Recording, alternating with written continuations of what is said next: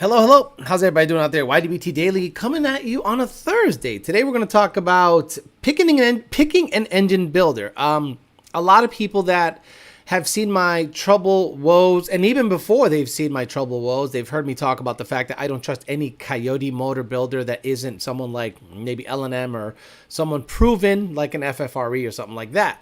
And I'm going to give you reasoning as to why, based on my personal experience, not to do with engines specifically, it's really difficult to choose, a builder. Now, a lot of you guys probably have heard of a builder, trust a builder. There's a known builder near you, and you're like, does Alex recommend this guy?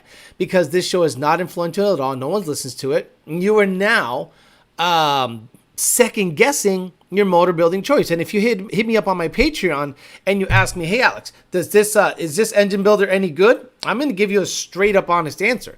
You ask me if I recommend this guy, I say no. All right. I'm not saying he's bad. I'm going to say I don't recommend him based on what I've seen in the ticket system, in real life, based on what they got going on. So today I'm going to give you a quick outlook as to my litmus test if someone is at least capable of building a decent motor. Because let's be honest, most engine builders that have built good pushrod engines for a long time should, in theory, be able to build a modular motor.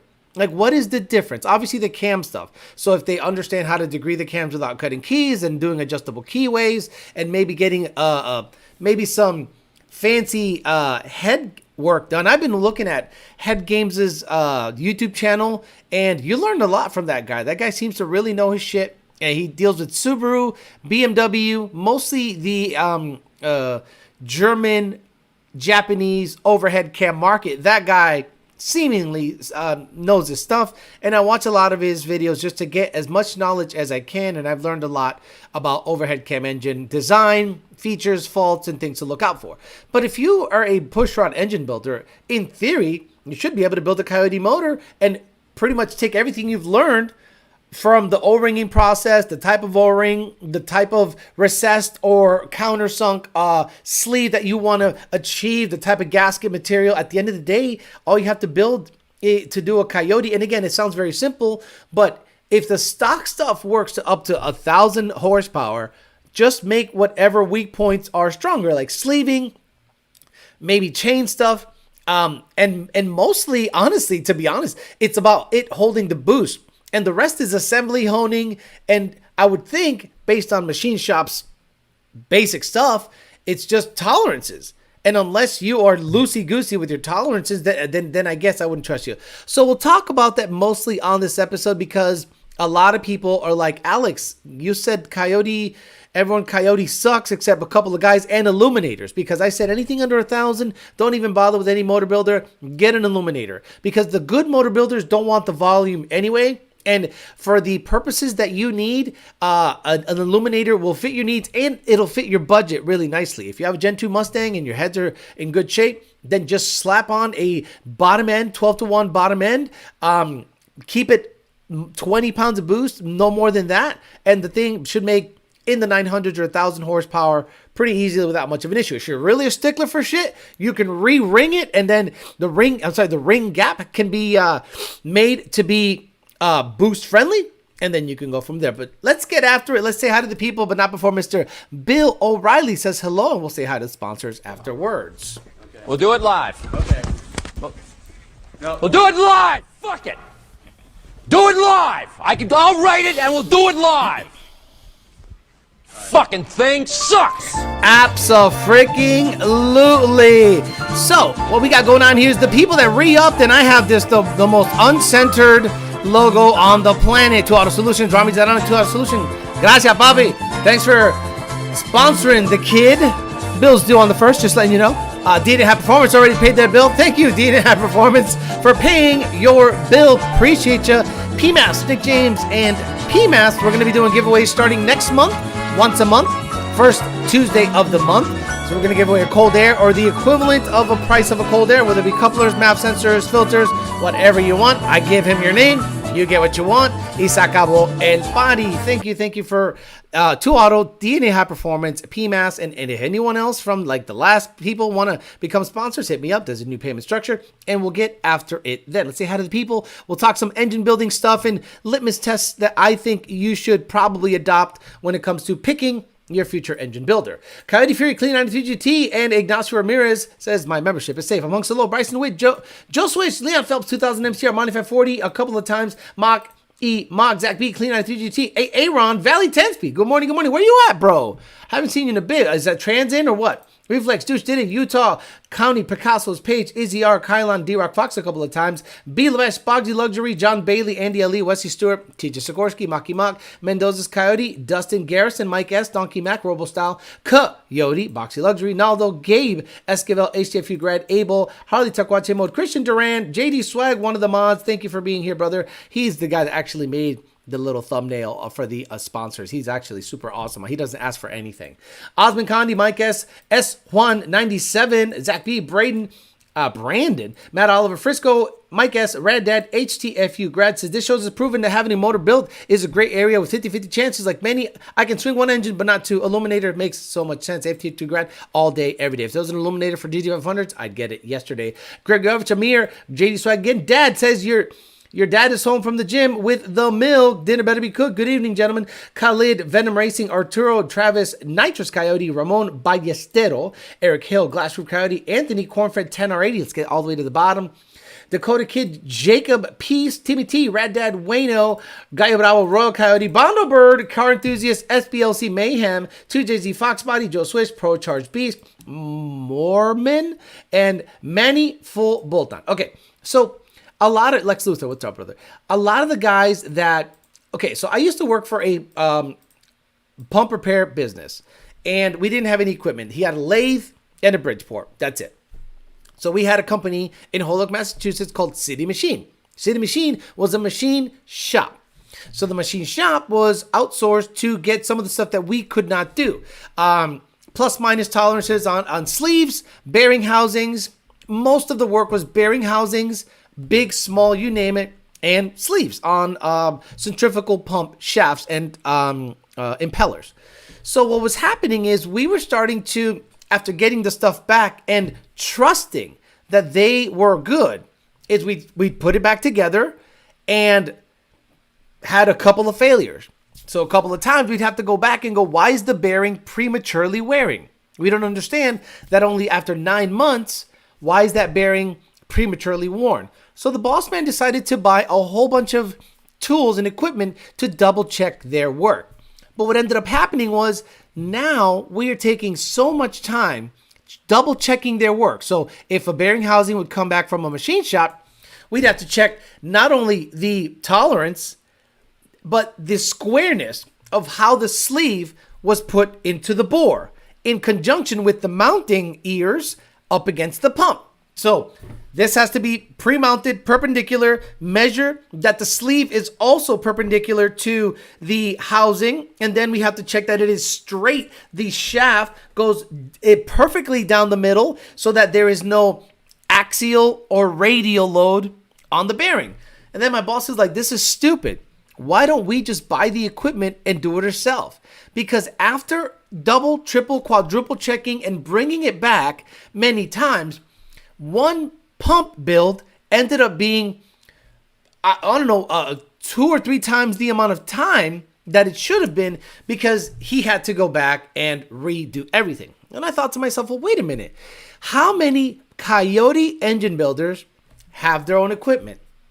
Right now, if you're a known Coyote builder, look left, look right. Do you have all the equipment to properly build line hone, bore, sleeve, cut O-ring, do really fancy valve train, valve job equipment? Do you have the hundreds of thousands and sometimes millions of dollars worth of equipment to do the job properly? Are there crickets happening right now? Are you looking left or right? Have you visited your motor builder and not seen a fucking lathe in the whole motherfucker? Then you got to start going, wait a minute. So he's outsourcing the work. Okay, there's nothing wrong with outsourcing the work. But now what I have to do is trust your machine shop, because now the machine shop is building my motor and you're assembling it, right? That's the way I look at it based on my irrelevant millwright experience. Our pumps were only as good as the machine shop's machining. So when we stopped trusting the machine shop, we started doing it ourselves. We bought all the badass equipment, cost him hundreds of thousands. I mean, a lot of money it cost my old boss to get the equipment. Then you have to hire people. You have to hire people. And again, Drew, you could say you check all the tolerances, but let's be honest. If you send out a cylinder head and you don't have any of the equipment to check the spring rate, you don't have the equipment to check if the valve job was done properly, you are trusting your motor builder and your head builder or your machine shop to do the work. Like when that cylinder head comes back fully assembled from him, do you check that the seat and everything is good? Do you put the bluing on it and do you check that everything's good? Do you disassemble the cylinder head and check his work all over again? No! You literally go, you did the valve work. I trust you because you've done work for me before, and I'm going to send it that way. That's what happens 90% of the time. Maybe you got a bore gauge and you check the bore and you go, okay, the top of the sleeve is this, the bottom of the sleeve is that, the middle of the sleeve is this. Then you got a finish hone, right? Right? You got one of those, right? Oh, you don't? You got one of those 3 slapper spring things that you go like this? Or the thing with the balls on the end, and you hope that's good enough? Now I have to trust your machine shop.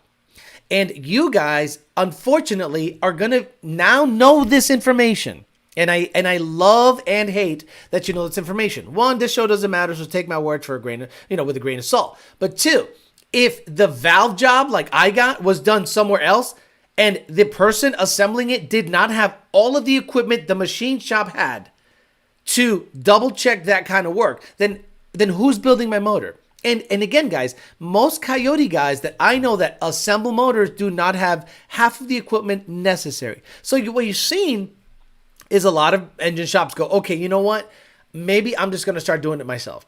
I'm just going to start doing it myself because it'll bring the quality control way up. I've seen a lot of engine builders that put their name and nice insignia on some nice shit.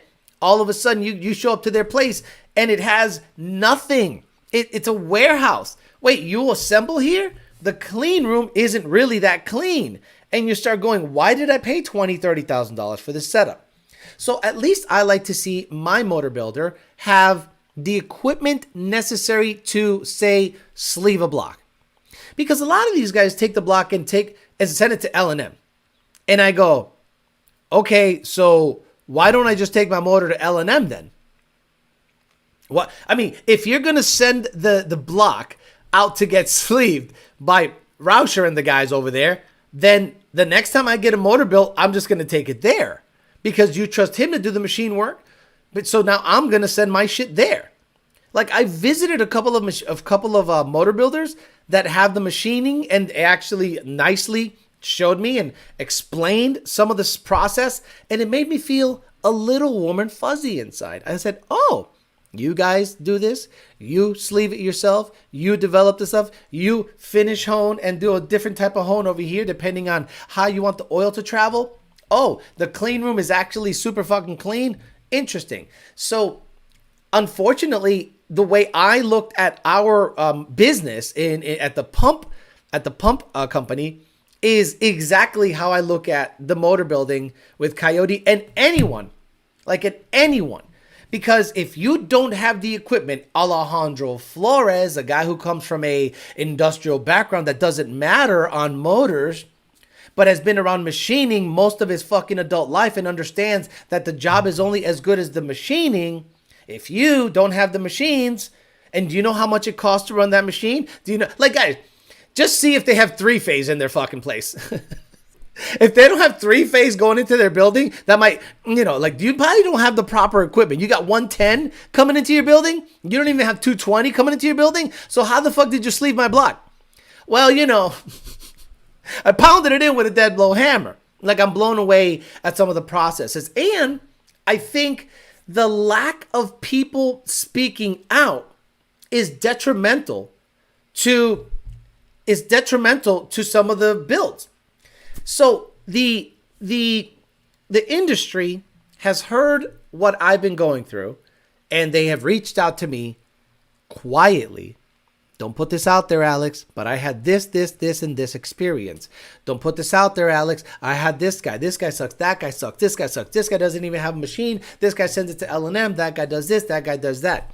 So then I go, why don't you go on the record with this? And they're like, well, I don't want to rock the boat. So you staying quiet is actually hurting the customer, because now the customer is less educated about the process of engine building and your experience with that process. And now they are stuck with potentially bad information, because it bleeds down. And then you're like, by the time that the guy at the bottom that doesn't really is in the know, I'm saying guys that are in the know. There's guys that are in the know, then guys all the way at the bottom of that command chain. And then by the time that they hear it, they're bringing their motors to people that we knew sucked 3 or 4 years ago. And because there is let's say, not a gag order, but there's a lack of balls for companies and owners and people to not call out. You don't have to call them out by name. All you have to do is basically say, I don't recommend X. I would rather do this. And if your motor's going to get built, I would hope this guy has X, Y, and Z machines. And that's all. And look, I've learned my lesson. It's an expensive lesson, but not that. Look, I think I've become part of the regular racer. Name me a racer, and I'm no racer. I'm a nobody, that hasn't had motor issues, that hasn't had some kind of transmission builder issues. Look at Jake. I'll give you for a great example for Jake. You don't have to have this big, beautiful facility like Noonan, right? Noonan has like glass rooms where they assemble and disassemble the motor. And I go, well, that looks expensive. Not the motor, the facility. Just because the facility is Billy Badass also does not mean it's a quality facility. Don't get it twisted, because you can go overkill. I literally worked for a hot rod shop that had a great facade. It looked great. The cars inside looked great. The showroom was immaculate. The work was trash. But there was a lot of it. And I was literally Ponzi scheming motherfuckers. Taking this money and I'm like, I can't do this. I have actual, integrity, and I can't fucking do this anymore. So I had to get out of there. So you got to understand that just because a place looks fantastic does not mean that it is great. It just means that they have a lot of overhead. But if a place has the equipment, and that's why I put up the thumbnail looks like a regular guy with a machine shop. In the Northeast, there are more machine shops than there were anywhere else in the fucking world. For a very long time, Hamilton Standard, which became Hamilton Sunstrand, which then there was United Technologies, UTC, UTI. I don't know what's the thing that goes in the girls' push. There was Pratt and Whitney. There was Hamilton Sunstrand. There was Sikorsky. And all those places had mega machine shops. And once they started to ship everything to Mexico to get built back in 1999, 2000, all of a sudden these little machines became available to everyone else via auctions. So then you would see these little machine shops pop up in Holyoke, Springfield. Holyoke is a mill town. And then all of a sudden you can see motor builders, just general machine shops opening up all over the place with guys that are really knowledgeable and good. But those machines weren't really that available until these big, massive, crazy companies that are military contracts started to auction off some of the old Bridgeports, some of the old lathes, and all that stuff.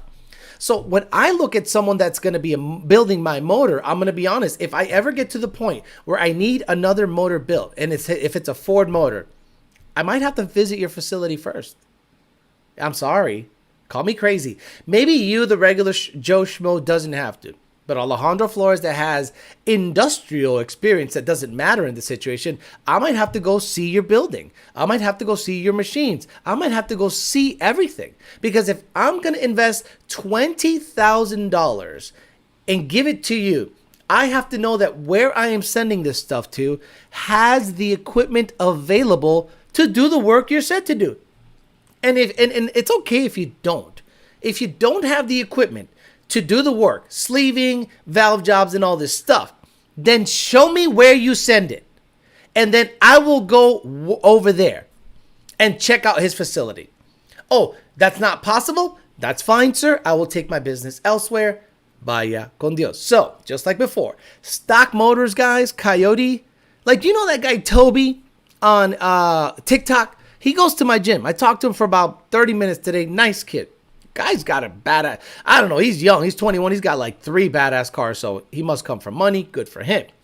But he's like, I built this LT Camaro, 10-speed, Whipple, E85, blah, blah, blah, blah, blah. And my Mustang whoops it. My Mustang, I haven't done a goddamn thing to the motor except an ESS blower, and that bitch rolls the F out. I go, right, you don't have to do anything to Coyote. So, if you're looking to make 800 plus horsepower, maybe a cap of 900, bone stock motor. Maybe an oil pump gear. And not from anyone that is discounting them. TSS, which is Triangle Speed Shop. Ford Racing has GT500 pumps and gears and pickup tube. And Ford Racing also has a crank sprocket. So Ford Racing crank sprocket or TSS Triangle Speed Shop. That's it. Done. Nobody else. And if your motor builder is using anyone else, don't be surprised if you have low oil pressure issues. I've seen it with my own 2 fucking eyeballs, and I'm sick and tired of the industry staying quiet about it. They just stay quiet, and what happens? Your $15,000 motor has 30 pounds of oil pressure and your built motor, and you wonder why it lasted less than your stock motor because you thought you were going to make it robust. So, up to 900, stock motor. Walk away.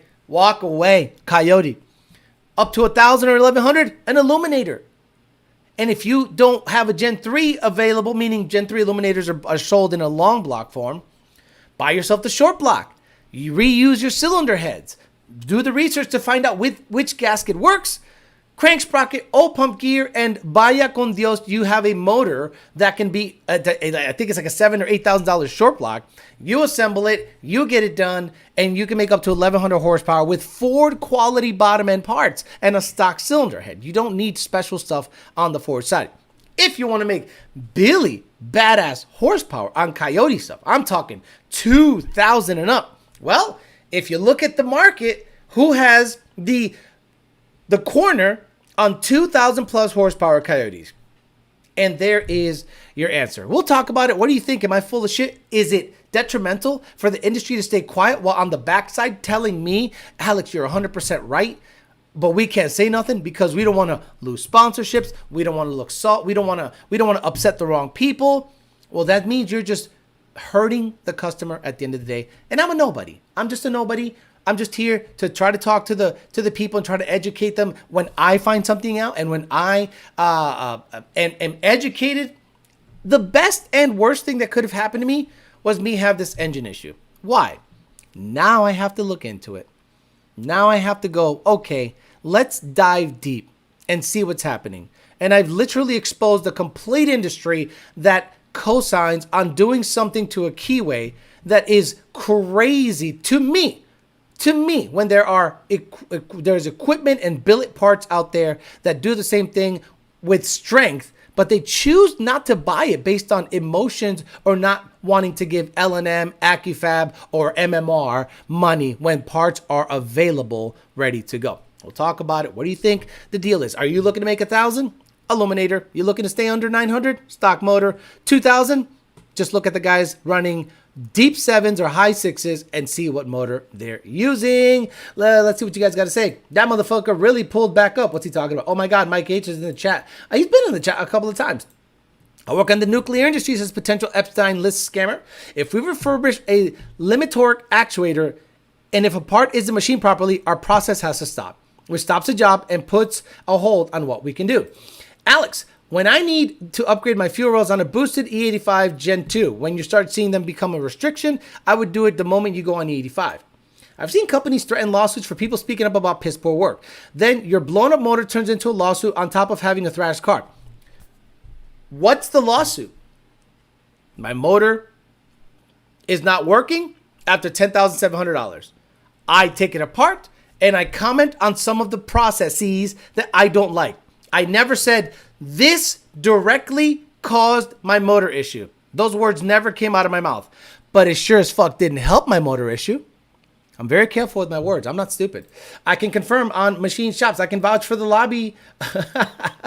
Oh my God. I go to RP race engines and haven't had any who cares?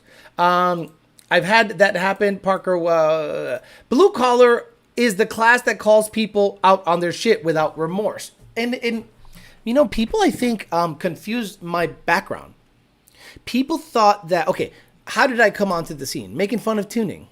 Tuning's bullshit. I made fun of tuning, da-da-da-da-da. But guys, I didn't know anything about tuning. But I made some connections and calculations based on what I know. And then the tuning industry said, how do you know this stuff? That's exactly how it happens.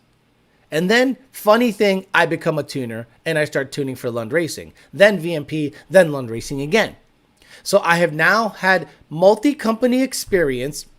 Now, I am tight with Jake at Power by the Hour, who built the quickest 6R80 transmissions on the planet and has educated me a lot on transmission stuff.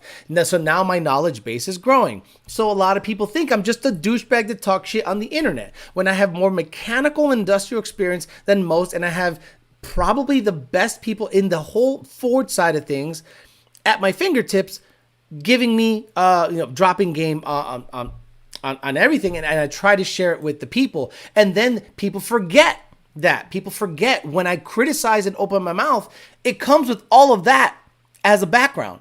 So if you say, I don't know what the fuck I'm talking about, then you are basically saying Lund, Jake, and all of the people that have my back don't know what the fuck they're talking about. How does Lund Racing support no-track prep racers? We really don't, to be honest with you, because it's fucking stupid. This is why. There is nothing for us to tune special on a no prep situation. If you are stupid enough to go with an overdrive transmission to a back half track, then that's on you. I've explained how stupid it is on an overdrive transmission. I've explained that when you lift up on the gas, if it spins, it commands an upshift, and all you're going to do is puke transmission fluid all over the track. If you're going to do back half racing, set your car up to be a back half racer, and that means a turbo 400 or a manual, and vaya con Dios, a automatic like a 6R80 or 10R80 is fucking stupid to take to a no prep event. So there is no reason to support it, because it's just not possible to hack our way around the shift schedule to make your no prep experience good. Sometimes it's about doing what's right, even if it's a long way around and nobody will ever notice a shortcut, unless you're dealing with Alex. Mike H got that island money. Hello, finally made a life, says Alfredo Diaz. Mike H has been working 40 hours at the island. What island? You said it, I didn't. See, the thing is, when the words come out of my mouth, now people get litigious. But when someone just types it up, I don't have to repeat it, but I can definitely highlight it. Hitting rock bottom teaches you more than mountaintops ever will. And Alex sees a no prep in the ticket, so you want to crash your car. Correct. So you got to understand that no prep situation is on a stock transmission is a lose-lose. So you're going to launch in second, and you're going to spin, and you're going to pedal it. Bye-bye shift schedule, converter lockup. The converter can't anticipate tire spin at a random place. So if you want the torque transferred to the car and you command a lockup in third, well, why did you lock it up in fourth?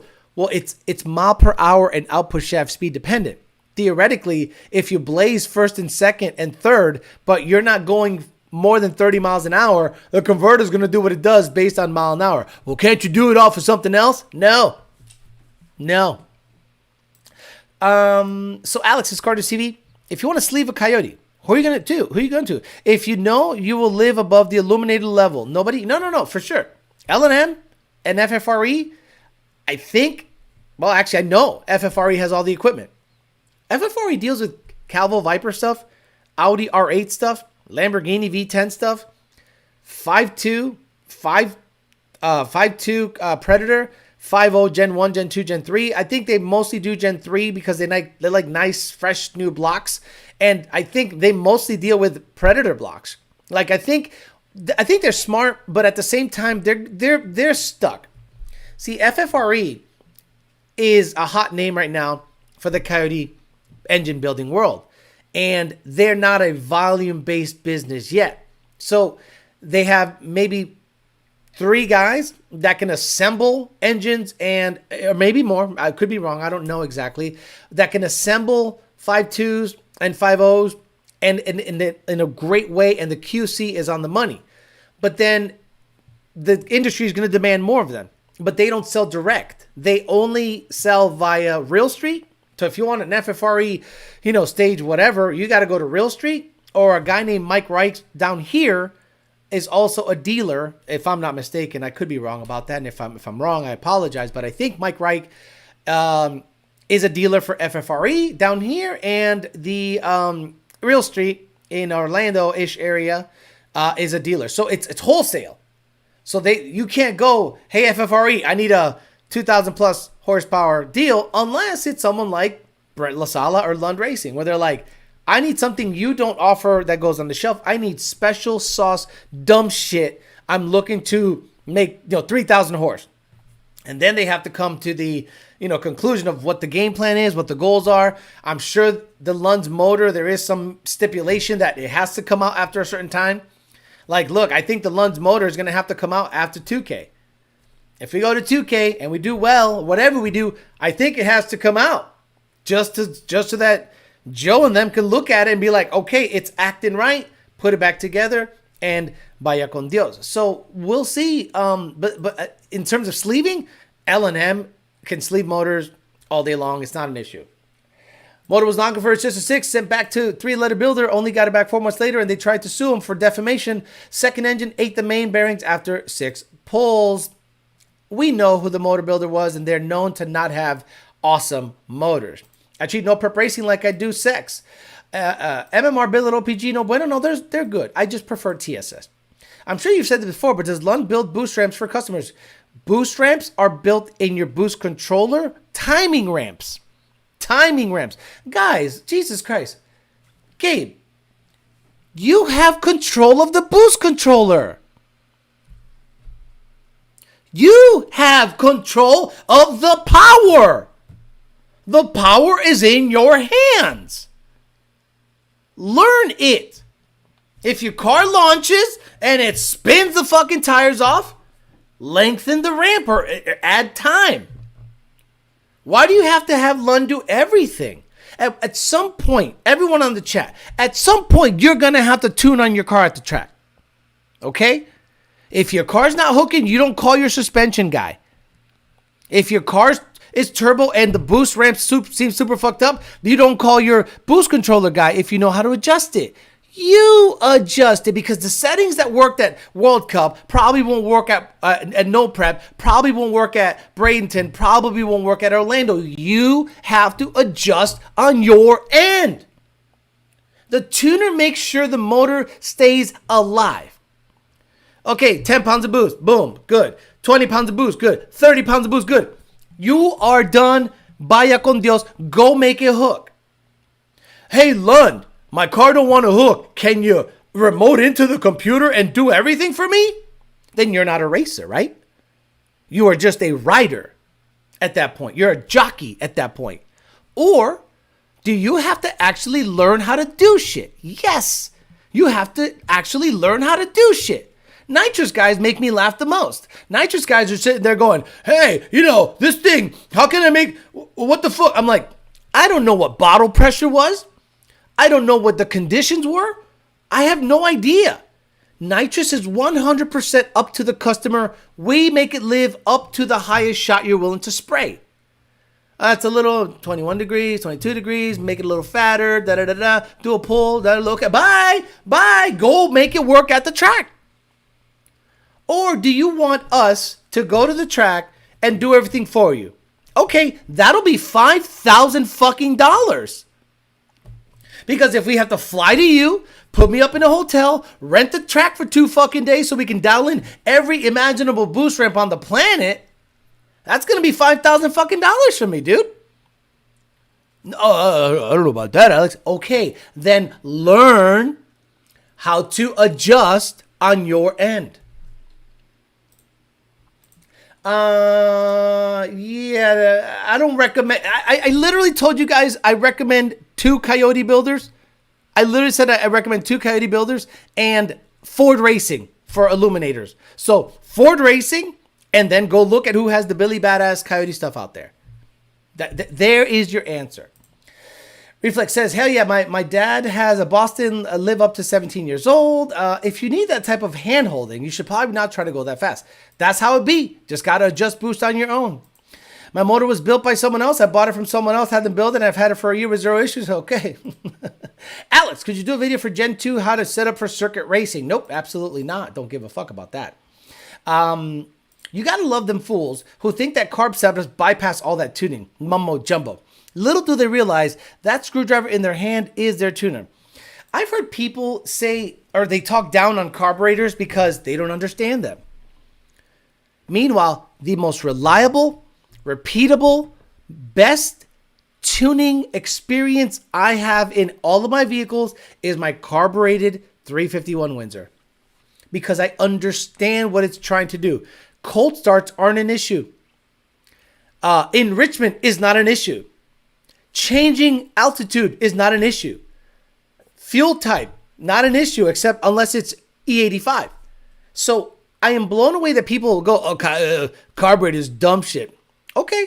Meanwhile, that's the best car I got.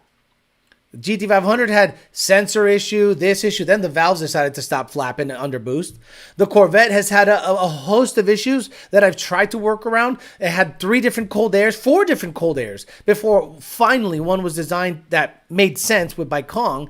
And I was just like, so the aftermarket isn't that robust. Kong is like Kong and Synergy are the only ones that make parts for the Corvette. And I'll be honest, I don't love all the parts that are out there for it. They're okay. But I'm not going to go out there and spend all this time in R&Ding on something that I don't make money on. But I know for a fact that certain things work better than others. Like I had an LMP cold air intake on it. While it didn't make the most peak power, it drove the best. Why? Because it had a perfectly round MAF housing. And if that round housing can be manipulated to, snorkel up from the front, that thing will tune phenomenally. It'll be crazy. Alex, when was releasing their self-racing car that for all the lights? Justin Miuccio says, Alex, when is Lund releasing their self-racing car for us that can light, shift, and win for us? Hey, Alex, can you remote into my reject nitrous setups? Have you watched any Old Man's Garage? I have not. For 5K, I better get the calf workout routine from Alex in that ticket system with my tune. Look, my car runs like fuel injection besides the cold start. Kyle Brandon here, I'm seeing him drop the C note. No one's dropping C notes anymore. It's like people were like, well, I'm paying a $10 subscription a month. I'm not going to give him $100. And I'm okay with that. I'll make the money somewhere else. Alex, how come you never told us the N-Gauge was being discontinued? It done. Alex, will you leak the Motor Builder T on Patreon? No, I will not, because everyone knows. All they have to do is a little research. There's no reason to name names, okay? All I have to do is fix it, invoice. If he doesn't invoice, okay, no problem. If he doesn't pay the invoice, okay, no problem. What am I going to do? I'm not going to go out there and go on a tirade and make my whole life about that, but I'm definitely going to educate you guys on everything I've learned, and I will let you know if an invoice was paid or not paid. And absolutely, we'll use this show as leverage. That's the reason I got this show, because if you don't want to look really fucking bad, you should pay the invoice. And then the shit stops. Had a guy tell me carbs make more power than EFI because they dump more fuel in the motor. I told him, right, it has nothing to do with the gas lowering the IATs. You're right. A lot of people don't realize that a carburetor spraying gasoline into a metal intake actually is a false lowering of inlet air temps. So you have let's say a metal high ram, right? But then the injectors are nowhere near the intake tract. They're right above the cylinder head. So the fuel is, poured down the cylinder head, whereas carburetors pour the fuel down the manifold. And that pouring of fuel down the manifold has a cooling effect. It does have a cooling effect on the whole manifold. So even in hot weather, the IATs aren't super terrible with a carburetor, and I'd love to put a sensor on my manifold just to see what ambient is versus what manifold temp is at watt, and I guarantee it's either at ambient or slightly lower. What's his phone number? I'd like to call him, prank call him. No, we don't do that stuff. What are you, psycho? Look, one thing I don't want you guys to do is go on his page and do dumb shit. I don't want any of that stuff.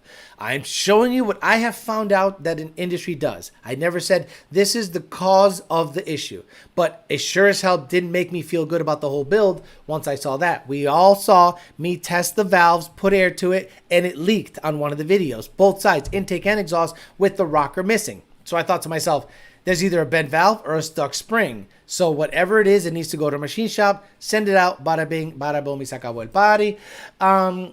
Just because they make good bread doesn't mean they can build a motor. No injector can atomize fuel as well as a carburetor venturi, period. Bounderbird, you're not wrong. See, a lot of people that argue the carburetor versus fuel injection thing, they oversimplify everything. You do have more control with an EFI. But in terms of the carburetor giving the motor exactly what it wants. See, injectors are beholden to the carburetors too. But let's say you have a dialed in carburetor, the proper jetting, the proper bleeds, all that stuff. It's only going to give the motor what it wants.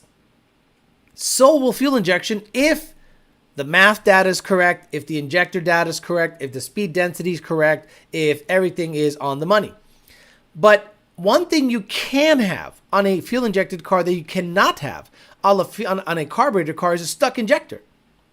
Like I've seen carburetors just dump fuel or you know, they literally just work. Even a dirty, nasty, fucked up carburetor works.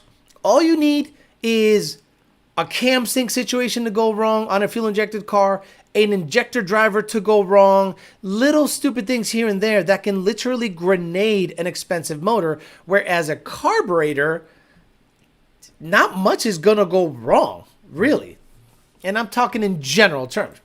Red Fox says, Alex, look on the bright side. Imagine if the guy would have built your engine properly, he would have missed out on all this how not to build a motor content.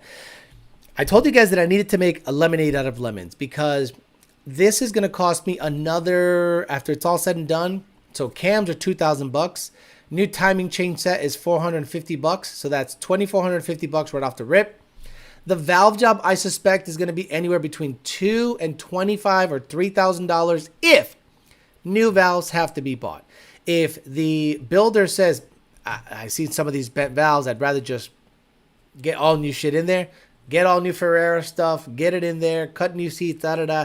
All right, the springs cost me $300. Okay, $2,000 for cams, $450 for timing chain set. New springs is $320 something. So that's, I'm already at $2,700 and the valve job hasn't been done yet. Valve job is probably going to be a couple grand or more. So after it's all said and done, I'm probably going to have $5,000 extra dollars with odds and ends, gaskets, and here and there, and time and all this stuff into fixing something I thought was already fixed. Will I invoice the new person that? Not the cams, no. The old person, I'm going to say, I don't need your guides because I don't want your shit on my shit. I don't want anything with your label on my shit. Here you go. Here's the 10 millimeter chain. Here's the crank sprocket. Here's all the shit that has anything to do with you in it.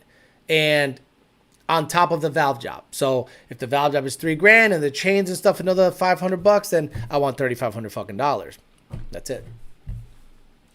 I'm a UH-60 helicopter mechanic in the Army. We have to have technical inspector come in and check our work at the end of the task. If it's not up to standard, then all hell breaks loose. Justin said, fuel injection is like missionary. A well-tuned carb is like Brenda Agenda. It just hits right. A lot of carburetor tuning is done with the use of EGT sensors on header primaries. You're 100% right. Viper down payment was $30,000. You made that in labor and engine fees. Bro, I wish this motor building thing would like just really go crazy so I can want something go viral so I can actually pay for shit, bro, it is off pocket. Like the money that I'm paying for the work is from Lund Racing's paycheck, basically. Has the engine builder at least apologized? No. He's not going to apologize because I think he felt, and maybe rightly so, that I should have brought it back to him. But you got to see it from my point of view. I don't trust them. So I don't want to deal with them anymore. And you cannot blame me for not trusting them after this. I would never, after me seeing the stuff that goes on, I would never trust them again. So I'm just not going to give them a second opportunity to make it right. No, thank you. Because my luck is it'll go back in and fail again in another 1,000 miles and I can't go back again. So I got to do this all over again. So do it now. Pro Stock lost horsepower when they went to fuel injection, but that's because John Bailey, they probably were told to use a certain injector, a certain throttle body, a certain cold air, and they made them highly regulated. Like, what other motorsport got slower once they went to fuel injection? Go. Come on, guys. What other motorsport got slower once they went to fuel injection? I used to watch NASCAR when it was carburetor shit. And you would see these things at 9,000 RPMs going 210 plus down the straight. And I thought, this is man shit. Man shit. Billy badass. Man shit. And then they went over to fuel injection, highly regulated. And you know what they started doing now? To make the car run leaner and stuff, they started making manifolds that leak on purpose. Could you imagine having to make a manifold that leaks on purpose to have it suck in more air on a restrictor plate race? Like, I am mind blown that that's something that would happen. Dr. Core says, hey, Alex, have you ever considered starting a new show like YWT? You're talking shit, but for topics like politics, sports, life, etc., I'd pay to watch that. So you guys got to understand, I already have the dating channel, by the way. Yesterday's dating channel, I was taking a shower. Well, you wake up, you take a shit, right? You take a big, fat, just protein dump. And then you shower, because if not, you'll have an itchy butt all day. I was listening to the show, and I laughed I laughed so hard. And I was like, I think this is how they experience it. Because in the heat of the moment, I'm just saying crazy shit. But then when I listen back to it, I go, I'm actually pretty funny. Now, when it comes to politics and stuff, I'm going to be honest with you, I don't really have a hand or a finger on the pulse of the political spectrum. What I do is here. The thing is, once you stem off into politics, or once you split off into politics, they try to character assassinate you. The other side is going to try. I'm obviously going to be on the conservative side. So what would happen is that they are going to try to character assassinate you on the other side and say, oh, I found out that Alex, voted this 5 million years ago. Alec Bledsoe. Alec Bledsoe texting me right now. He goes, post most stories about this. Oh, bro. Alec Bledsoe's now catching up on some of my old shows. Good shit. Those are good shows when I was talking about the female influencers. And by the way, this is a post that was sent to me. Let's talk about that. Let's switch gears. I guess, the Billy the Kid dude, his father on Facebook posted something. And I'll read it for you. The guy is Bill Hoskinson. So Bill Hoskinson said this. And apparently my show has made it, because nobody was making fun of car girls like I was making fun of car girls recently. So it made it all the way to someone like him.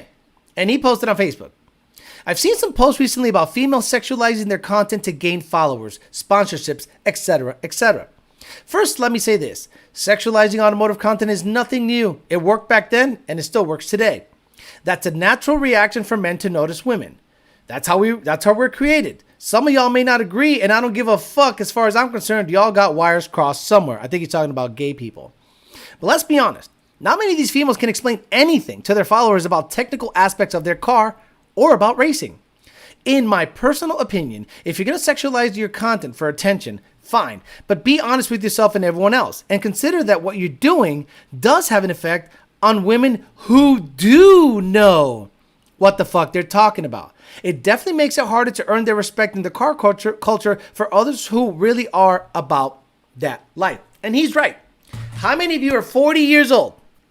You used to go to your dad's garage and there's a calendar, the Winston, that's right, motherfuckers. Cigarettes were advertising back then.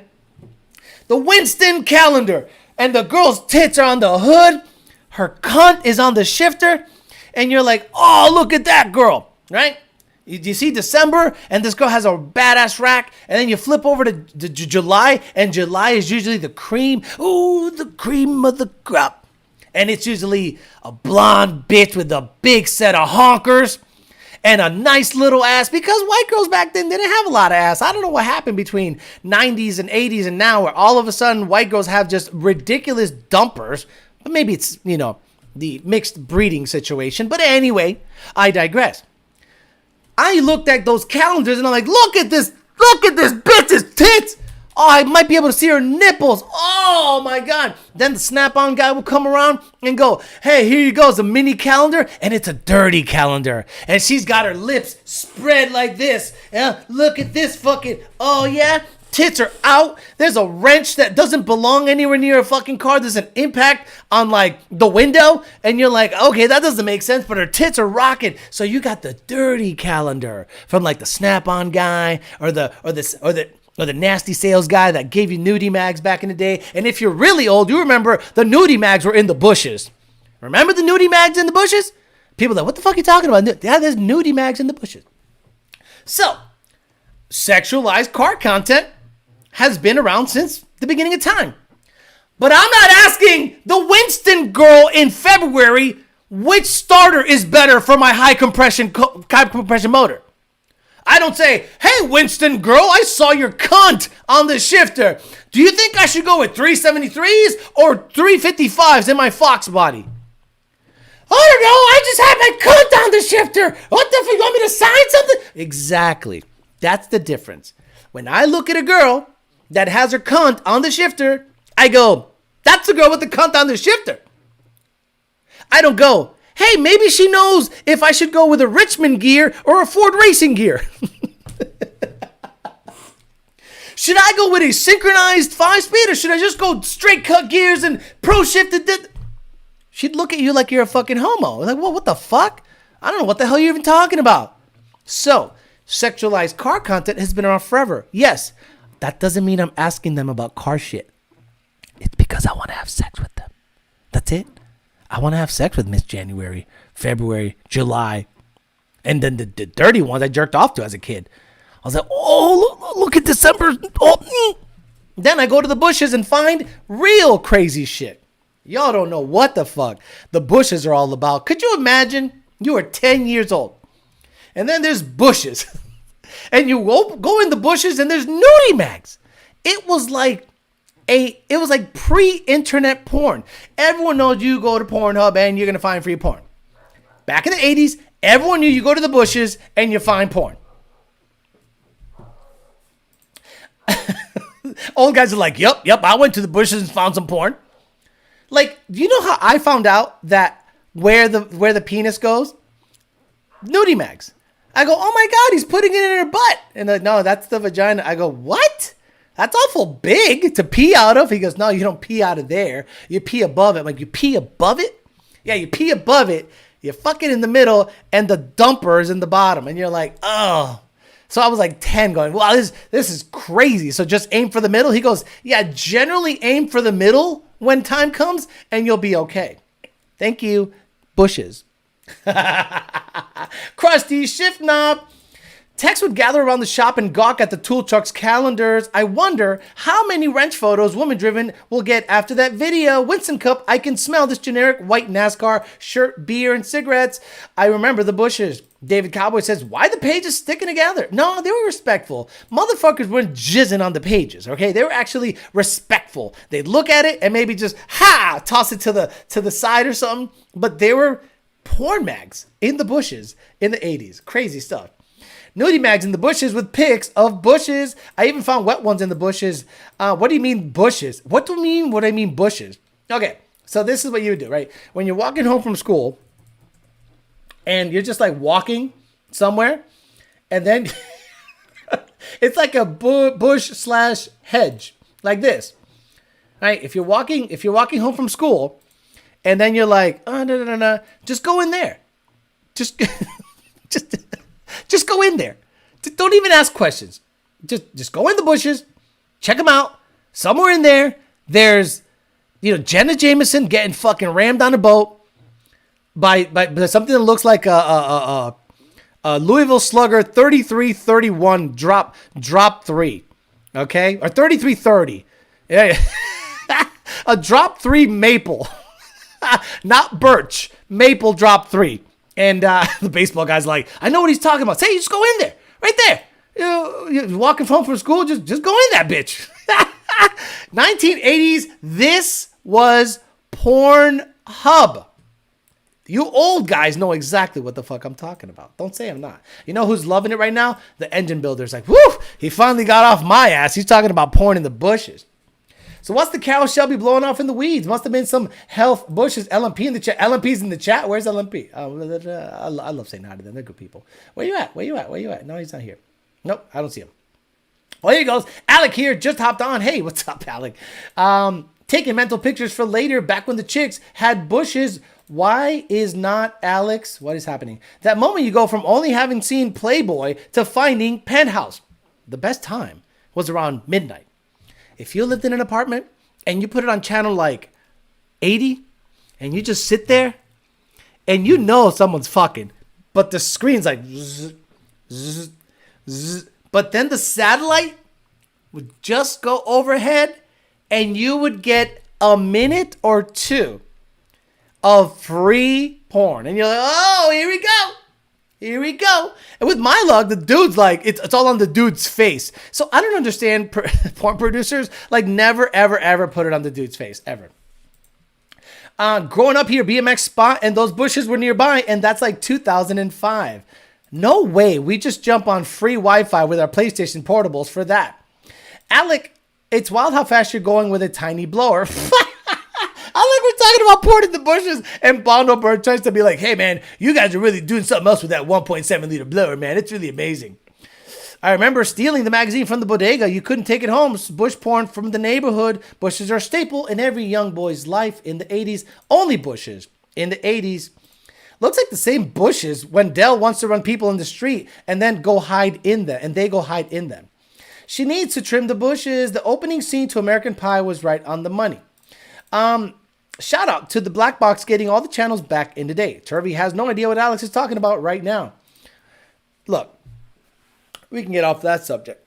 But I mean, look, I guess growing up now, obviously is way different. You have access to everything right now.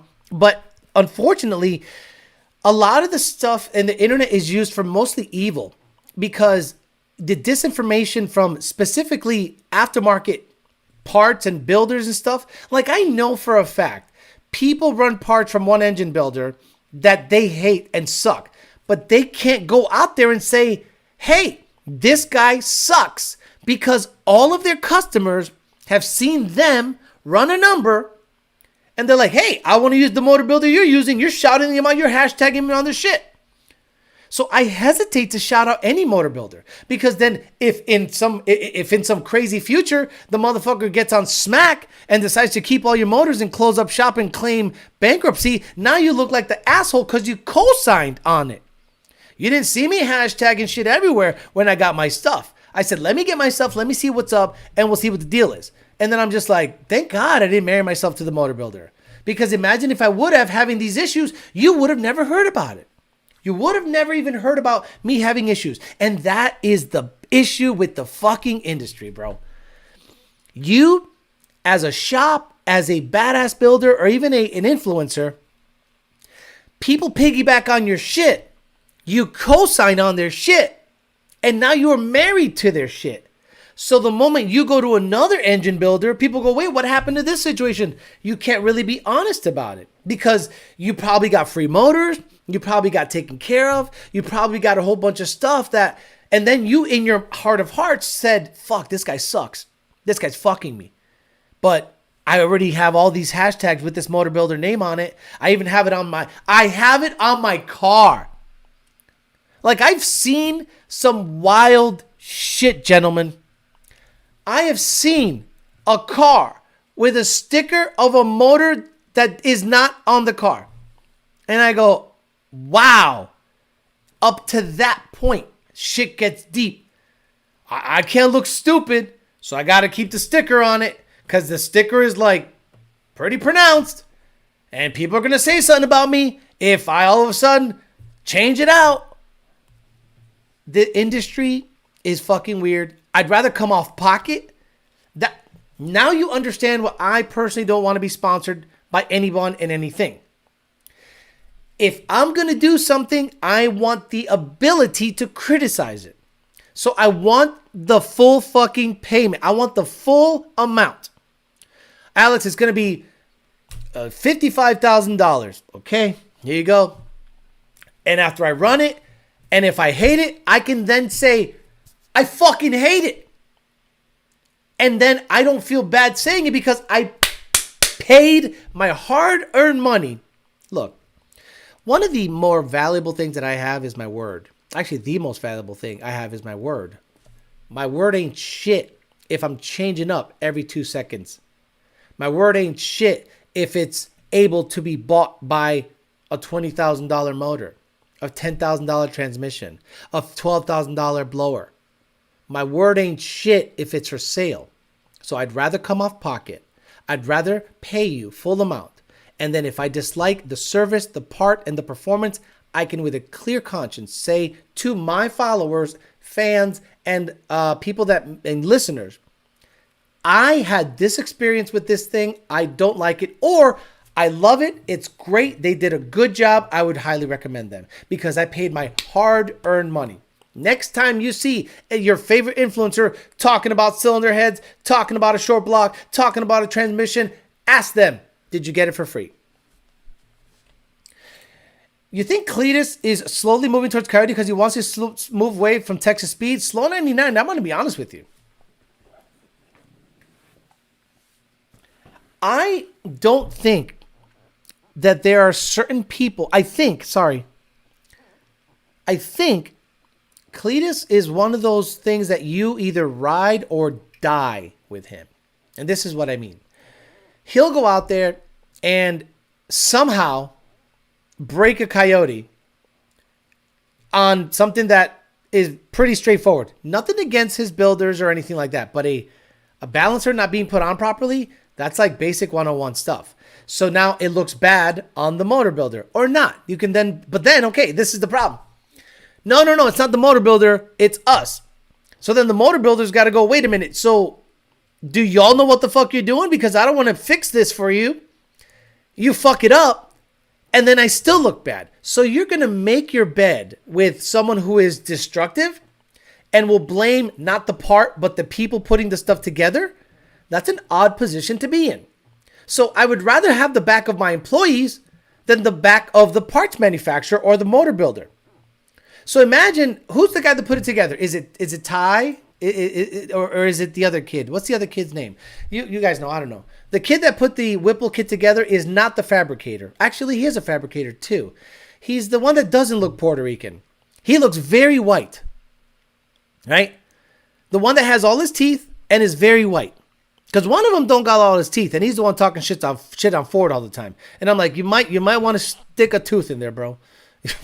Because I don't know what's happening with you, bro. You can't be with a channel that got all this money and be missing some chiclets. Do you know what I'm saying? So I forget the kid's name, but he put it together.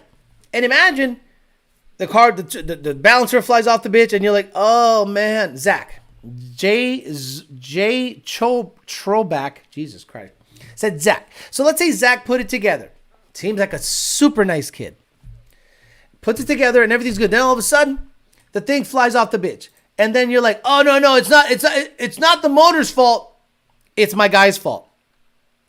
I'd be like, hey, fuck you, man.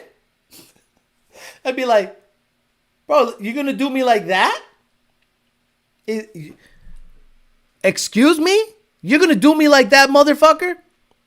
Well, I got to do it because if not, we won't get a free Coyote. Oh, well, how about you go? See, this is my problem. This is 46-year-old Alex talking. A guy that takes zero shit from anyone. Thank you, Dixon, for the money.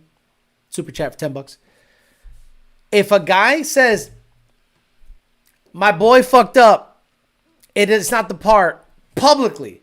Not that he said it publicly, but it is implied that homie didn't seat the thing properly. So then you're like, I am now subtly bashing my guys that build my shit, and just so that the motor builder could look good. I'm sorry. At the end of the day, you have to say, even though I think TKM provided that motor, obviously the motor was surviving. There's no issue there. But I still think it's a weird position to be put in. So then, other guys, like I told Jake, bro, don't even bother. You are going to look bad. You're going to look bad if you start providing parts to homeboy and he does dumb shit to constantly blow it up. The juice is not worth the squeeze. He goes, no, you're right. I'm going to build him. If I build him a 6R80 and he blows it up, I'm going to say, this transmission is not for that application. You might have to change the application. Zach needs Aldo Weld's treatment. Piano keys in the mouth. No teeth is no joke, is a tragedy. How can you be part of a successful channel and not have all your ducats? I'm having some tooth situations happening, and you'll learn more about that probably next week. But y'all wouldn't know it, right? Right? You wouldn't know that there was issues happening. Obviously, you hear me talk a little weird. But if my job is to be on camera, I got to have these chiclets on point. I can't be a fat guy missing chiclets and then motherfuckers be taking me seriously. You're right. Cletus is one of the only people that I know that can blow an Ellis into 50,000 pieces, and his fans would buy more from that company. I don't know why these dudes go super bright white with their teeth. Shit looks stupid and obvious. Stop it, Hoosier. I know who you're making fun of.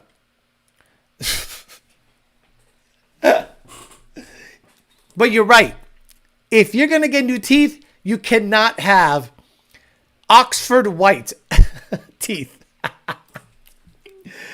Calimer 100% steady, stand by yourself. Yeah, no. Calimer has proven to me. Calimer has all the equipment. Calimer has all the CNCs. Calimer has all the REM stuff. Calimer now does installation. The only thing he doesn't have control of is who makes his gears. And he fucks with G-Force on that. So, G-Force? Yeah, G-Force. G-Force? Yeah, G-Force, because that's what's in my T56.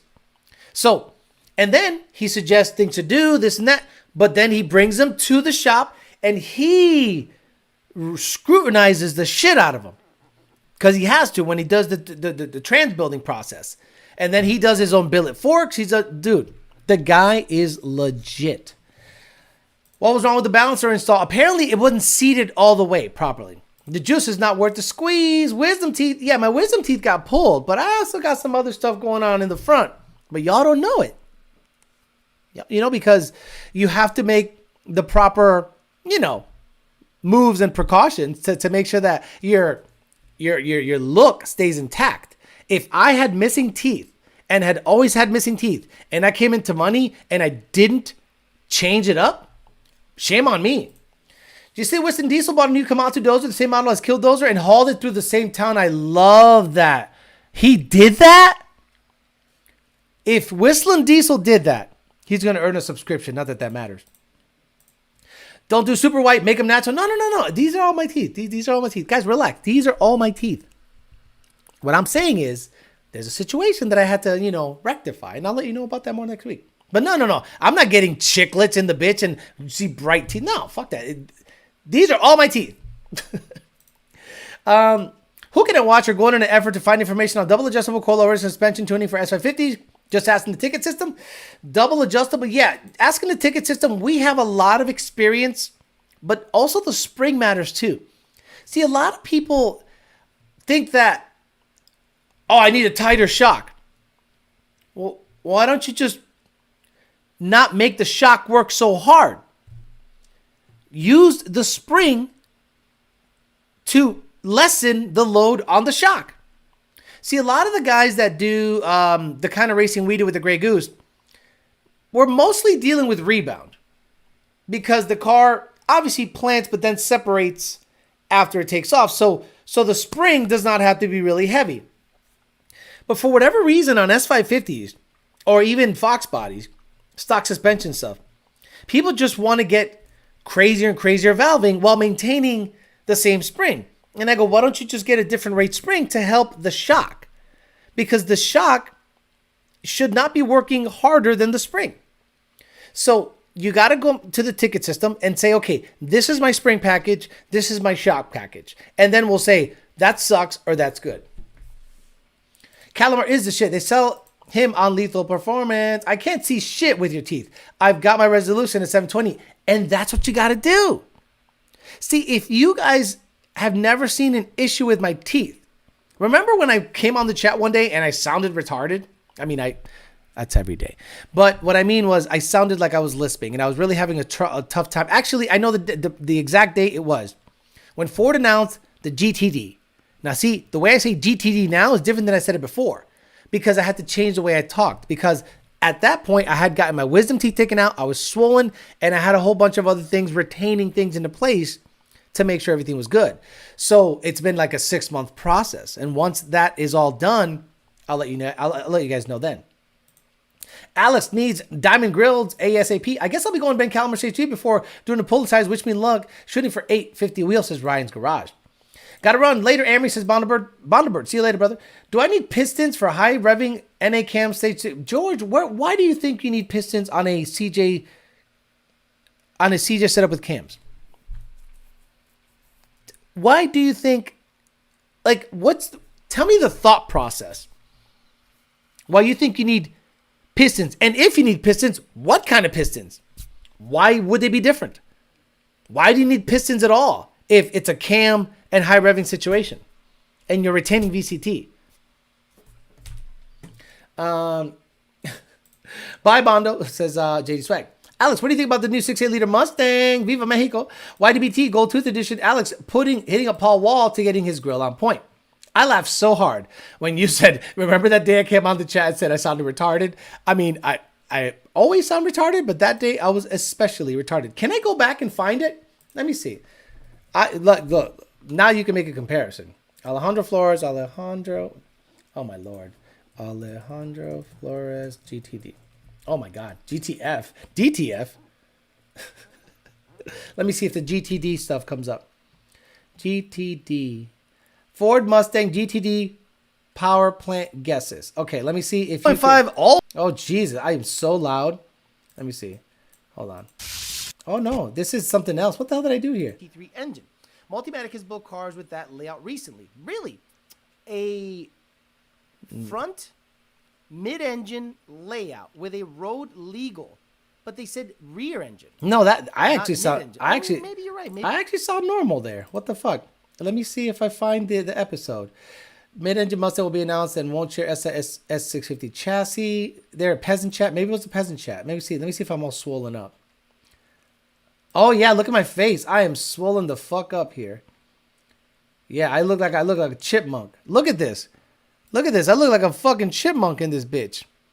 I had just gotten my wisdom teeth pulled out, but the show must go on. Front mid-engine, meaning the engine is pushed back more towards the center of the car. Wow, that's crazy. I never realized how fucking nasty I look. Hard to have a 50-50 weight distribution. All of a sudden, people are road racers. All of a sudden, people are out there giving a crap about. Let me see if I get to a part where I'm like really struggling.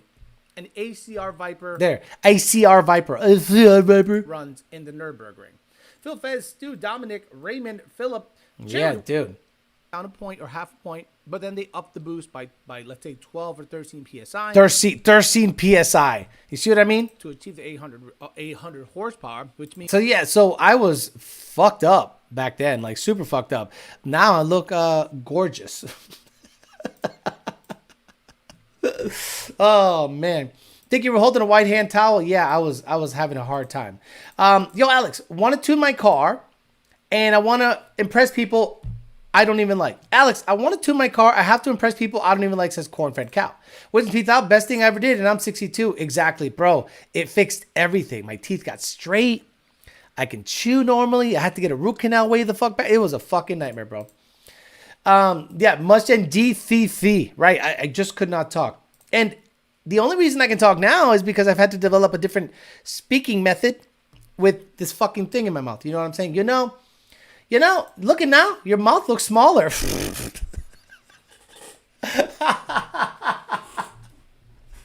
Whatever the fuck that means. Sound like Georgie is on the max effort NA build. Georgie, get lightweight pistons. They'll reduce the stress on the rotating assembly and get you a slight. Stop it, Matt Oliver. He's going to believe you and going to do it. Y'all help with suspension and launching? Once Tuner said he was good, I was left it at that. Yes, you have to ask. Tay speaks. If you go, hey man, actually, I found out Crown Victoria Lifestyles is a, you know, quarter break, half a break, whole break. It's like, hey man, they right there, man. Shit, look at that Crown Victoria, man. Shit, man, I'm finna bust a Hellcat ass up in that. And I was like, oh. So he's literally Admiral Peck or Turvey. Alex talked for an hour with cotton balls in his mouth. That's insane. Yeah, exactly. You went full thing mode. Do I need rods for a high revving TJ Stage 3 cams? Looking for a lunt about... No, you stock shit, Georgie. God damn it. Go back to the beginning of time and watch all my fucking videos. Stock shit. Put cams in it. Shift it at 8,000. Be done. My goodness. He posted a video and had posts on his Instagram going through Granby. What's up, Alec Bledsoe? 30-30, says the Gons. Yeah, the 30 for 30 for Bledsoe was a big deal for him. Now, I don't really... See, Drag Illustrated, they're like hardcore shit. And for the regular dickhead like us, it's not even on my wavelength, but it's important to him, to Alec Bledsoe. And he got recognized by them for being a high-performing guy and a up-and-coming figure under 30 years old. Alec Bledsoe's 28. You would have thought he was 40, not by the way he looks, by the knowledge that he spits. That mouth was ported. Stick with stock, George. Yes, bro. Titanium rods, pistons. Stop it. Stop it. Stop it. Who modifies a Crown Vic?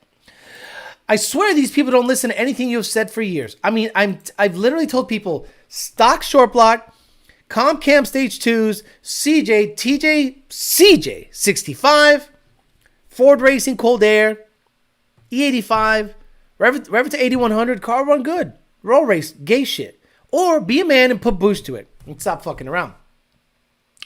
You got aligners? No, sir.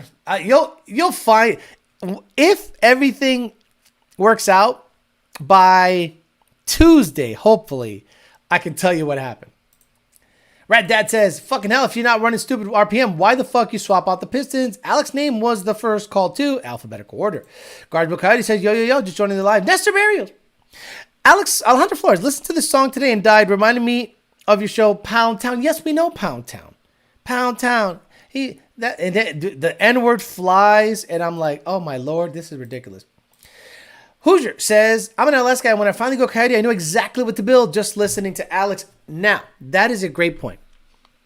Right now, you're listening to the chat. You've never fucked with Coyotes. You're an LS homo. You're finally seeing the light, seeing that stock motor Coyotes, Gen 2 and up, can take 800 plus horsepower without ever doing a goddamn thing. Meaning it's a better motor, period. The LT-LS argument is over. Coyote is the god motor. It's the god motor. A stock block is making over 2,500 real horsepower, and some are making high 2000s. So it's the god motor. So all you have to do is rods, pistons, sleeves if you really want to make fucking 1,500, and make sure that maybe O-ring it. Or you know, O-ring it, there you go. You can make whatever the fuck you want as long as it's sealing. And if you want to go super gay and dry deck it, you can make whatever the fuck you want. So a lot of people don't even know where to start. Go watch my build series. I literally have a Gen 1, Gen 2, Gen 3 build series. Gen 1, manual, auto, boosted, NA. Gen 2, manual, auto, boosted, NA. Gen 3, same thing. And I'm like, there it is. There's the blueprint. And that blueprint is from since owning a Mustang in 2011, and now we're 2024. That's 12 years of experience condensed down to 9 videos. Come on, stop it. Flat plane crank says let her rip. Carbon fiber rods and pistons. Virgin olive oil will net you 30 more horsepower. The whiteboard series. Why not add cams to your Coyote video? Carburetors. I'm gonna attempt to make a cam video for whiteboard series or something similar, but I have to give you visual representation of what I'm saying. So I need a Coyote motor in front of me, phasers in front of me, and really good lighting and good camera, because I really think I can explain it simply for the dum-dums, and your mind will be opened up so much to this cam stuff that even a fucking moron can understand it. Because if this moron can understand it, any moron can understand it. Would you go as far as to say it's a Godzilla? It is a God motor, but it's not a Godzilla. These LS guys are stuck in the 90s. Unfortunately, they are. George says, Alex said we will all go boosted at some point. He's right. Georgie said, just get 85 tune and run 100% M5. Stop it. Don't listen to him. AJ says, the build series is awesome. The gospel for people new to Coyote Mustangs. So all I need is like one of those videos to be viral. Like, I'd love to get like 300,000 subs one day and like make 25,000 a month or 30,000 a month and be like, I can bring you some of the coolest fucking content, bro. If I was making $30,000 to $35,000 a month on this bitch, bro, I'd have a badass pad with a badass garage. I'd have badass vehicles. I have my own fucking dyno. And guys, the content would be every fucking day. Every fucking day I drop a video, high quality content. I will make it my full-time job. I'll make it my full-time job. How can I not? If I'm making $35,000 to $40,000 on YouTube, don't get me wrong, I love you, Lund, but money's a calling. And I got to get me a big-ass house somewhere in the middle of nowhere. Might end up moving out of Florida at that point to get more for my money. And unfortunately, I don't want to leave Florida, meaning I would keep this apartment. Boy, I would keep this apartment. But I'd get a house somewhere else and snowbird. Fuck yeah, I would snowbird like a motherfucker. I know it's a lost cause, but I would have loved to seeing you in the 350R. It's not a lost cause. It's not a lost cause. It's all dependent on how this channel does. If this channel does well, guys, I'm buying everything. Every motherfucker. On today's Thursday, guys, you're live. I'm going to hop on, but seriously, you should. Oh, see, Alec, I'm going to ask you a question here. I can't go all in on certain influencers that use their sexuality, because then I'd be looking as like I'd look bad. I would look really bad, meaning people would go, you're just kicking her when she's down. And you know, this victim mentality, they feed off of it. They're like, what's that planet in The Fifth Element that fed off of hate? And then The Fifth Element was love. You know how stupid that movie was? I was like, oh, Fifth Element. What's the Fifth Element? And he had to make out with her so that planet wouldn't blow up the Earth. And I'm like, this is so... But he had to make out with her in a genuine way. And I was like, the fifth element is love? Oh, what a stupid movie. No, I would not move to Ohio. I would still move to, like, honestly, Georgia, believe it or not, Alabama. Somewhere I can get a lot of land, build a badass pad, be up there most of the summer, and then once winter comes, come back down to this apartment, back to the trap. This is the OG trap, okay? I'm not going to let go of the bando. The bando's got to stay. Oh, man. I had a 60-year-old man build my engine, multiple NHRA and NMRA championships, motor builder, old school, but keen. Oh, this guy's fucking Australian. Keen to new school technology. 393W Winter Stroker, built for boost, still good compression, 9 to 8 to 1. Not bad, not bad.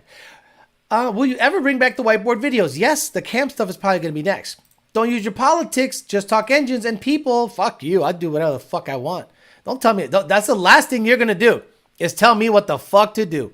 You will never tell me what the fuck to do on this channel. If I want to say Biden's a fucking cunt, and if you vote Democrat, you're a fucking bitch, I'm going to say it because this is my fucking channel. Fuck you telling me what to say. Are you psycho? Arizona, but hot as fuck in the summer. That's true. Somewhere I can get land. Where can I get a lot of land? Like, I know Whistling Diesel's up in, like, Tennessee. I don't like Tennessee. Fuck Tennessee. But I know there's a lot of land there. You know what I'm saying? California is the best state. Minus headers. Get the fuck out of here. Ohio has that mine shaft, negative 35. I don't want to go to Ohio, bro. It's too close to Canada. Fucking fascist piece of shit fucking country. Alex, keeping Florida address for that income tax relief. You got to keep the Florida address, bro. But seriously, 6.8 liter Mustang thoughts? Got to keep the bando. Got to keep the bando. You can't let go of the bando. You got to know where you came from. Do you know what I'm saying? Colorado's too high up. If I'm going to do performance shit, Bandimere Speedway was bought out by Copart. Guys, Copart buys Bandimere. Colorado Community Media. We'll end it here. Oh, really? A paywall, motherfucker? You're not going to do no paywall. I'm going to watch this for free. Copart, an online vehicle auction company, wants to buy the Bandimere Speedway property along C470 in Jefferson County for a storage facility. The company hosted a community meeting attended by more than 160 people on November 9th to explain its plan to annex 125-acre Speedway property from unincorporated Jefferson County in the town of Morrison. Then Copart would rezone the property plan development to allow the business. Parking lots and Rooney Road on south end of Bandimere Speedway, which are on 20 acres already within the Morrison town limits, would be rezoned to allow restaurants and used retailers. Residents who spoke at the meeting, some from the town of Morrison, some residents had questions about why Copart wanted to annex into the town of Morrison and why the storage facility would be good for the area. So Copart might instead of seeing drag cars go down Bandimere, you might see auction fucked up Hellcats and track cars. They got Timmy on the turn up in the blast. Yep, you might see that at Bandimere Speedway. What the fuck? I'm not ever moving to Texas. Fuck Texas, bro. I hated Texas when I lived there. Awful, awful, awful experience living in Texas. Shout out to my people in Texas. I don't like living there though. Come to Iowa, we have cheap, high-quality E85. Not a bad idea. I love Alex's Fire. Someone in Cali got charged with a felony for flooring it and a $2,000 fine. Copart made it a junkyard. Bullshit. That's fucking crazy. Copart turning a racetrack into a junkyard. Come back to Houston, says Garage Bill. Are you psycho? Hey, Alex, do I need an illuminator for 10R80 NA full bolt-out setup? No, not at all. Lord have mercy, Bandimere. Could you imagine? Alex, move to Hialeah. Bro, Hialeah's no way. So... okay, let me look at the map real quick. Let me look at the map. Map. USA. I would probably move to Georgia somewhere. Probably Georgia. Georgia's nice. Certain areas. No, not Atlanta. But, you know, when you look at the map, I got pretty good internet here, bro. This thing flies, bro. I love it. I love paying $300 for fast internet. So yeah, I mean, I live here, right? And I'd probably buy property somewhere. Honestly, I'd probably want to be by the water-ish. So, I don't know. Somewhere up here that there's like farmland or land to buy. Let me see. Let me just zoom the fuck in. See if there's a... yeah, you know what I mean? Like, yeah, like give me a fucking mountain and shit. Yeah, bro. But it's got to be like near a decent town so I can get like milk. So what's Nahunta? Okay, Nahunta looks, I don't know, Jerry J's. Now, I want to have at least a Kroger in the bitch. Hoboken? No. What's Sunnyside? Waycross? All right, this looks residential-ish. No, it's too many. No, I need like, yeah, I need to be on the fucking mountain. Oh, this is like nasty Savannah shit. Yeah, anyway, I might move to fucking Georgia if I'm saying if the channel makes like $50,000 a month. See, right now, I could move to like dead center. Like, I'm here, right? And I looked at a house here in Okeechobee last time. And, bro, it is so podunk, it's sad. Like, the thing to do in Okeechobee is go to Walmart. So, you know, I want to go somewhere where it's like a small town vibe. Got some mountains and shit. But I can, you know, put a house up in a big lot somewhere and do my thing. And then, you know, once it gets cool up there, come the fuck down here and flip birds from the bando. You know what I'm saying? Flip birds from the bando? What's he talking about? It's crazy. Look between Orlando and Jax. Bunch of lad under development and reasonable. Give me a mountain. Yeah, give me a fucking Valdosta. Nah, not Valdosta. It's a little poor there. All right, guys, I'm going to get out of here. Thank you very much for hanging out with me. for a whole hour and a half. You know when I start doing this? Tony starts going nuts because he knows that I'm going to go take him outside. And when I say, okay, bye, he fucking barks. Every single time I say, okay, bye, he goes, Arr! So he knows that I'm wrapping up the show. Thank you very much again. If your motor builder does not have the equipment, you might want to do some checking on who's doing the actual machining of your motor build, because at the end of the day, that's where things are going to fail. When things were machined, things were cut, things were hogged, things were aligned, things were bored and honed. That's the person building your motor. The other guy's just assembling it. So if your builder does not have the equipment, he's probably just an assembler double checking the machine shop's work. I'd rather know if the machine shop is legit doing the work on motors. Have a good rest of your night. Thank you so much for hanging out with me. We're going to try to get the channel to 50,000 a month so I can buy me a mountain somewhere. We'll see what happens. Have a good rest of your night. I'll see you guys on Sunday for Pet.